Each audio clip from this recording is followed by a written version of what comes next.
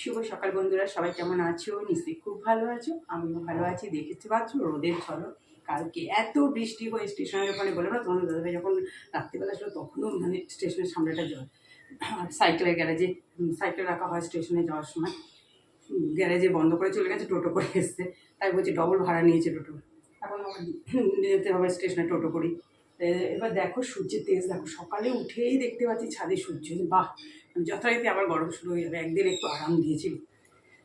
চলো, এই যে গলাও আমার বসে গেছে, তো মানে প্রত্যেক দিন দুবার তিনবার করে স্নান গান, আমার প্রচণ্ড কষ্ট হচ্ছে। আজকে অনেক কাজ আছে, আজকে ওয়াশরুম টুম পরিষ্কার করতে হবে, শ্যাম্পু করতে হবে মাথায়। এই যে এখন একটু চা নিয়ে তোমার সঙ্গে গল্প করতে আসলাম। চলো সঙ্গে থাকো, দেখতে থাকো। টুকটাক দেখো কাজকর্ম তো সংসারের হয়ে গেছে অনেকটাই, মানে সকালের দিকের কাজকর্মের কথা বলছি। এবার এই যে দেখো এদিকে মোছামুছি একটু মাঝে মাঝেই তো করতে হয়, একসঙ্গে করি না, তোমরা তো দেখোই।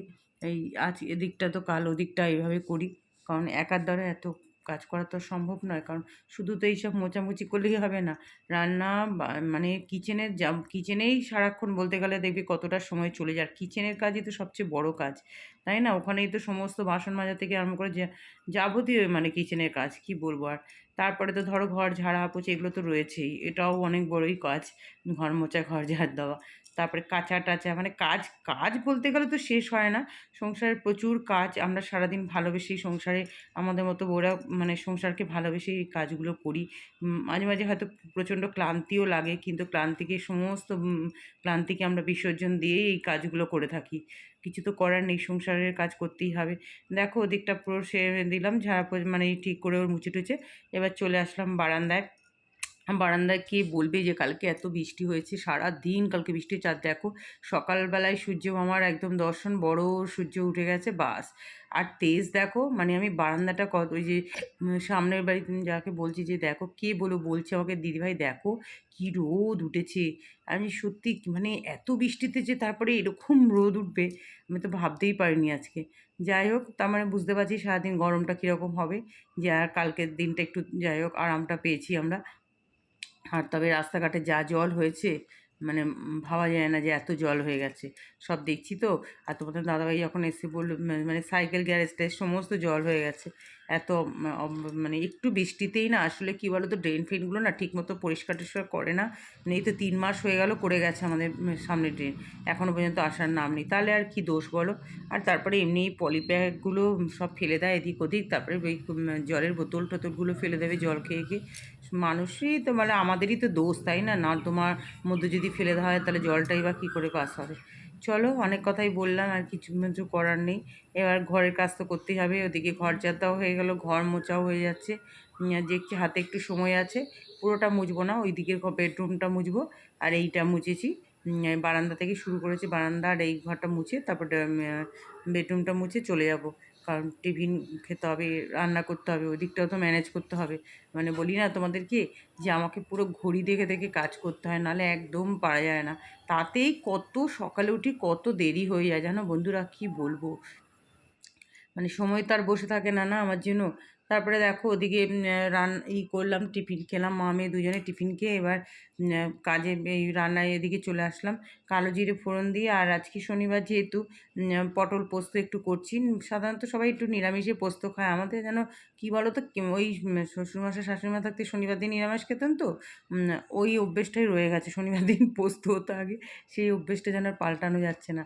আর এদিকে দেখো পটলটা একটু বেশ ভালো করে ভেজে নিয়েছি। আর পোস্তটা না তুমি যেরকম তরকারি দিয়ে করো খুব ভালো লাগে, আজকে আমি একটু এরকমভাবে করছি। একটু বড় বড় আলু আর মানে পটলটা খেতে কিন্তু এত ভালো হয়েছিল বন্ধুরা পোস্তটা। আমার মেয়ে তো বাটিতে যে ওই মানে পোস্তর ইটা লেগে থাকে না, ও ওইটা মানে চেটে খাচ্ছেন যে আইরে তুই এটা চেটে খাচ্ছিস, বলছি না মামি খুব ভালো হয়েছে। আর কী বলো তো, তোমাদেরকে বলি, রান্নায় যদি তোমার সব কিছু সমান হয় না, ঝাল নুন টুন সব কিছু সমান হয়, খুব ভালো লাগে খেতে।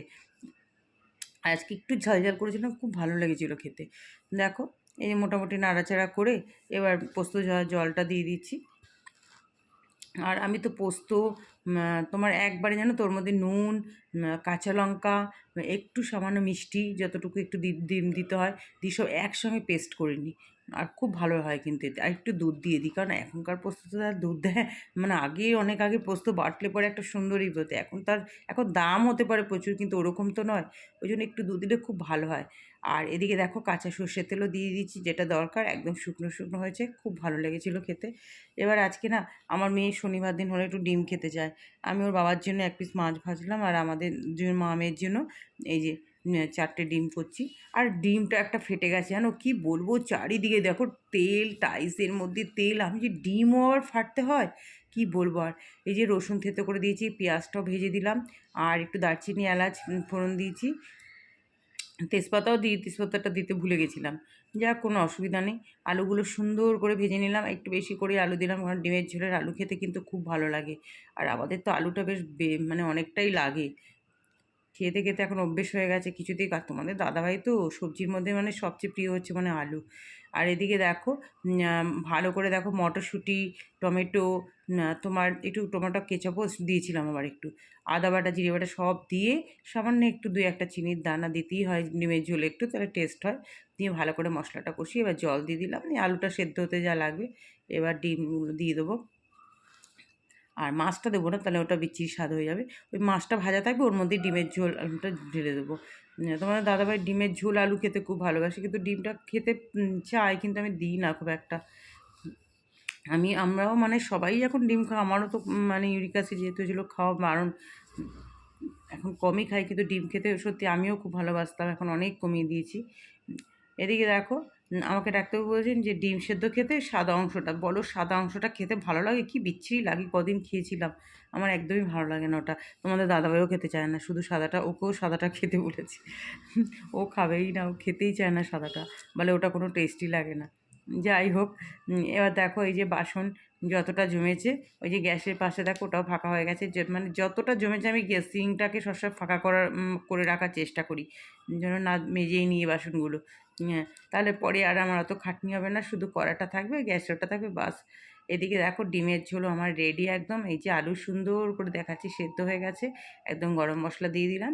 আর কালারটা কিন্তু খুব সুন্দর এসছে, আর খেতেও মানে খুবই ভালো লাগে কিন্তু ডিমের ঝোল খেতে। আর যেহেতু কালকে বৃষ্টিটা হয়েছে, ওয়েদারটা একটু ঠান্ডা আছে, ওই জন্যই আরও করলাম। এবার দেখো এই যে সব রান্নাঘরের শেষ কাজ, এই যে কিচেন মোছা, শেষ কাজ বলতে এখনও নিচের ফ্লোরটা স্নান করার আগে মুছি। আর এটা গ্যাসটা মুছে তারপরে টুকটাক এই বাসনগুলো ওখানে ধুয়ে রেখেছি, ওগুলোকে আবার গোছাতে হবে। আর যে সকল বন্ধুরা এতক্ষণ ধৈর্য ধরে আমার ভিডিও দেখছো, তোমাদের সবাইকে জানাচ্ছি অনেক অনেক ভালোবাসা। তোমরা এভাবেই আমার পাশে থেকো। আর কি বলবো বলো, যারা একটু ভিডিওটা কন্টিনিউ করো, একটু ফুল একদম, তো মানে চ্যানেলটার অবস্থা দেখতেই পাচ্ছ কী অবস্থা। আর একটা যে নতুন চ্যানেল খুলবো সবাই বলছো, ও খুলেও কিছু হবে না, সে আমি বুঝতেই পারছি। আর কি করব বলো। যাই হোক, মেয়ের সঙ্গে একটু কথা বললাম, মেয়ে বলছে আমাকে মামি একটু মাথায় তেল মাখিয়ে দাও। আমি বললাম দাঁড়া, মেয়েটা গ্যাসটা মুছে নিই। এই যে চলে আসলাম মেয়েকে মাথায় তেল মাখাতে। আমি আবার ওকে বলছি এগুলো কিন্তু আমি ভিডিও করে রেখে দেবো, হ্যাঁ, পরে কিন্তু আমাকে এরকম, আমি এতটা আরাম দিচ্ছি তোকে বল, ও বলবে মোবাইলটা নিয়ে, বলছে আমাকে কি ঘুম পেয়ে যায়, তুমি যখন মামি জানো তো চুলে মাসাজ করে দাও। আমি যে হ্যাঁ, আমাকে তো একটু করে দিবি না, করে দিলে এতগুলো তেল দিয়ে লেপে দিবি, আমার ওই জন্যই তোকে বলি না, আমার দরকার নেই। আর দেখো ওকে বলছি যে তোর যত বড় হচ্ছিস চুলটা কত ছোট করে দেওয়া হয়েছে চুলে, মানে নিজে আমি যখন আমার হাতে যখন ছিল, মানে কি বলবো, আমি যখন শ্যাম্পুটা করে দিতাম কত বড় চুল ছিল যেন, কত, আর ও চুলের গ্রোথ খুব ভালো।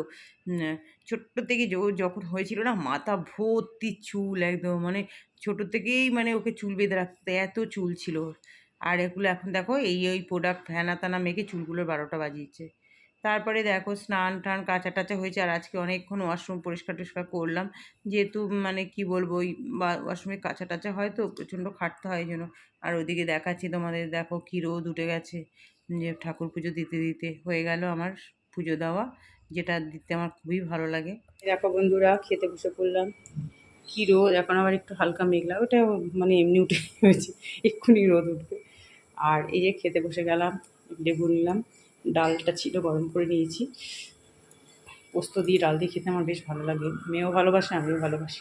আর এই যে একটু আমের মিষ্টি আচারটা শেষ হয়ে এসছে খেতে খেতে, চলো দই টই সব নিয়ে নিয়েছি, খেয়ে নিই। শুভ সন্ধ্যা বন্ধুরা, এই যে সন্ধে টন্ধে দিয়ে তোমাদের সামনে গল্প করতে চলে আসলাম। যথারীতি আবার গরম শুরু হয়ে গেছে, সন্ধে দিচ্ছি পুরো ঘেমে গেছি। পাশের বাড়ি ওই আমাদের সব ফ্রেন্ডস রয়েছে, সব একসঙ্গে পরপর আসা হয়েছে। আমার বিয়ে হয়েছে 4 মাস বাদে ওর বিয়ে হয়েছে। তা গল্প করছিলাম, মানে সন্ধে দিচ্ছে ওরা ঘেমে আনছি, দেখো কে বলবে কালকে এই সময় কি ঠান্ডা ওয়েদার ছিল। আমি বললাম না, বড় সূর্য উঠলে আবার শুরু হয়ে যাবে। এত বৃষ্টির পর যে এরকম গরম পড়তে পারে ভাবা যায় না। আজকে যেহেতু মানে এত রোদ দিয়েছে, এত রোদ দিয়ে সকাল থেকে একদম মানে সূর্যের তেজ কি, বাস যথারীতি গরম শুরু হয়ে গেছে। এই যে একটু হাফ কাপ লিকার চা করলাম। আর আজকে প্রচণ্ড খাটনিও হয়েছে, মানে ওয়াশরুম টুম সব পরিষ্কার হচ্ছে অনেকটা, মানে সময় নিয়ে টুকটাক এটা ওটা ঘরের কাজ তো আর কম না। নিচে সিঁড়ির নিচ টিচগুলো একটু পরিষ্কার হতো। কালকে তো আমাদের বলি না যে ওই যে রাস্তাটা করার সময় না শাশুড়ি খেয়াল করেনি, আর ড্রেনটা আমিও অতটা করিনি যে এরকম করে দেবে। দুপুরবেলার দিকে করেছিল, আমি শুয়েছিলাম তখন। আর নিচে ড্রেন আমাদের যে ধরো ছাটা, যতই সিঁড়ি এখানে বাড়ানো থাকে একটা ছাট আসে তো বৃষ্টি, ড্রেন ছিল আমাদের সরু মতো একটা ড্রেন ছিল, পাইপ দিয়ে বেরিয়ে যেত। বাস ওটা তো আটকে দিয়ে চলে গেছে, ওটা তো এখন ঠিক আর করাও যাবে না। আর পুরো ছাটের জলগুলো এখন মানে সিঁড়ির নিচে বাইকের নিচে মানে ঢুকে থাকে। কালকে আমার কী কষ্ট হয়েছে পরিষ্কার করতে। আজকে আমি ভাবছিলাম যে কেন যে উত্তর দিকে ছাটগুলো দেয়, বৃষ্টির ছাটটা আসে।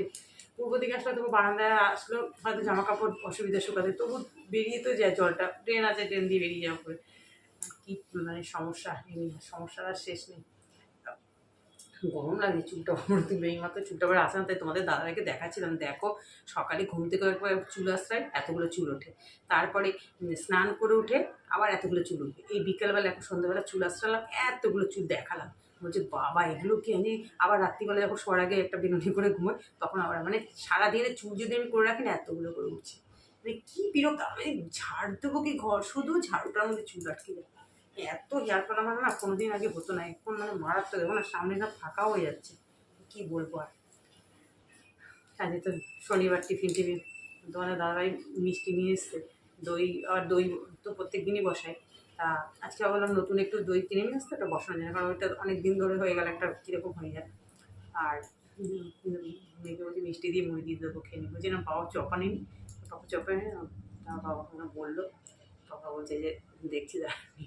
আমি যাবো আর চপাক দিয়ে গরমের মধ্যে যাবে, আমার বেরোবে এই অফিস থেকে, তো বাবা আসলো। চলো এখন চা বিস্কুট খাই। আর ভালো লাগে না, আমার শরীরটা আজকে ভীষণ কষ্ট হচ্ছে, পায়ে আঙুলটা আবার কী হয়েছে কী জানি। ওই অনেকক্ষণ বসে বসে না বাথরুমের ফ্লোর পরিষ্কার করলে, একটা বাথরুমের কি ওরা তো কাঁচা টাচা সবই তো ওখানে হচ্ছে তো, আর জলের প্রচণ্ড লেয়ার। আয়রনটা মানে ইয়ে আছে, আয়রনে না বাথরুমের মার্বেলগুলো ইয়ে হয়ে যাচ্ছে, ঘষতে ঘষতে আমার দম বেরিয়ে যায় সব। হারপিট টারপিট মানে নখের ওখানে লেগেছে, এখন জ্বলছে বাইরে নখটা। চলো সমস্যা আর শেষ হবে না। সবাই ভালো থেকো, সুস্থ থেকো, টাটা।